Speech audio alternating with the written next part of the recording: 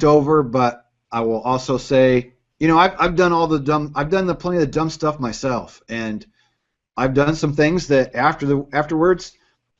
I'll give you the best example. When I'm brand new EMS pilot, and I hear all the horror stories when I'm, you know, at the training, and you know, we hear these things as pilots, and I go out and we go land at a hospital, and a storm comes through, and I have a problem with an engine starting, so that the patient goes by ground, the crew goes with them, mechanic comes out, takes care of the aircraft problem, and I'm checking the weather, and they're saying, like, you know, 1,000 feet, and I'm going, 1,000 feet, you know, okay, that's good, 2 or 3 miles, okay, it's at night, and I'm thinking it sounds like it's going to be all right. Well, between where I was at and to get home, I can tell you the cloud level, I don't know what it got down to, 400 or 500 feet.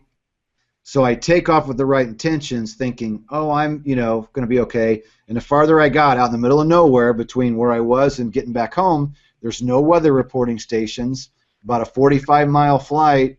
I'm halfway in between the middle of nowhere, almost no ground reference lighting, and I keep coming down, and I keep coming down, and I don't even remember how low I got, and I don't even want to admit how low I got. But I know that I kept flying. I kept getting lower, and what I should have done is just landed. I should have landed the helicopter and shut it down and called and said, hey, I got in some bad weather and I'm on the ground, and I'll sit here until it clears, or, you know, in the morning we'll do whatever. But the problem is we don't want to admit that we're wrong. We don't want to go through the embarrassment of landing out in a field somewhere in the middle of nowhere and putting an EMS ship out of service because we made a stupid call and flew in some weather we shouldn't have. The right thing is to land and just shut down and wait for better weather.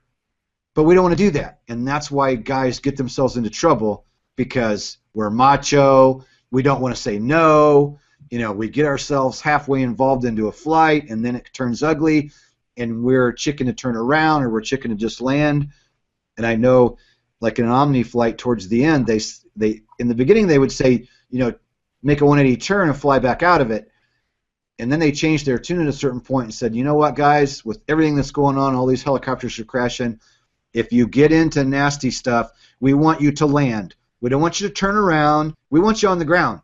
If you start getting into the soup, land, put it on the ground, have the guts to shut it off, call your base and say, I just landed, I'm on the ground, we're safe, here's where we're at, you know, we're going to wait for the weather to clear or whatever. But, yeah. You know, we make these decisions for all kinds of stupid reasons when we know better, and it's very easy to be thinking you're making the right decision and go, the weather's, it's good enough, I can do this okay, and then you run into stuff that's not forecasted, or you're just in between weather reporting stations and the weather's lower than reported. You know, there's all kinds of reasons that people get themselves into trouble. And what I was getting at there, the other part of that is, you know, there's no way really to teach new students. I mean, you can put them in a simulator and go out and put them in a, you know, inadvertent IMC, which, you know, that's good training, but I just feel like I wish there was a way we could take students and show them in the real world how scary it can be and how quick it can happen. But there's no real way for you to take an aircraft out, a VFR aircraft, and put it in almost IMC conditions. You know what I mean? There's, yeah. I've thought about how can we train. You know, what can we do to really train students? So I think that's one thing. You know, other than using a simulator, which again is a simulator. So okay, there's no real fear of crashing because you're in a simulator.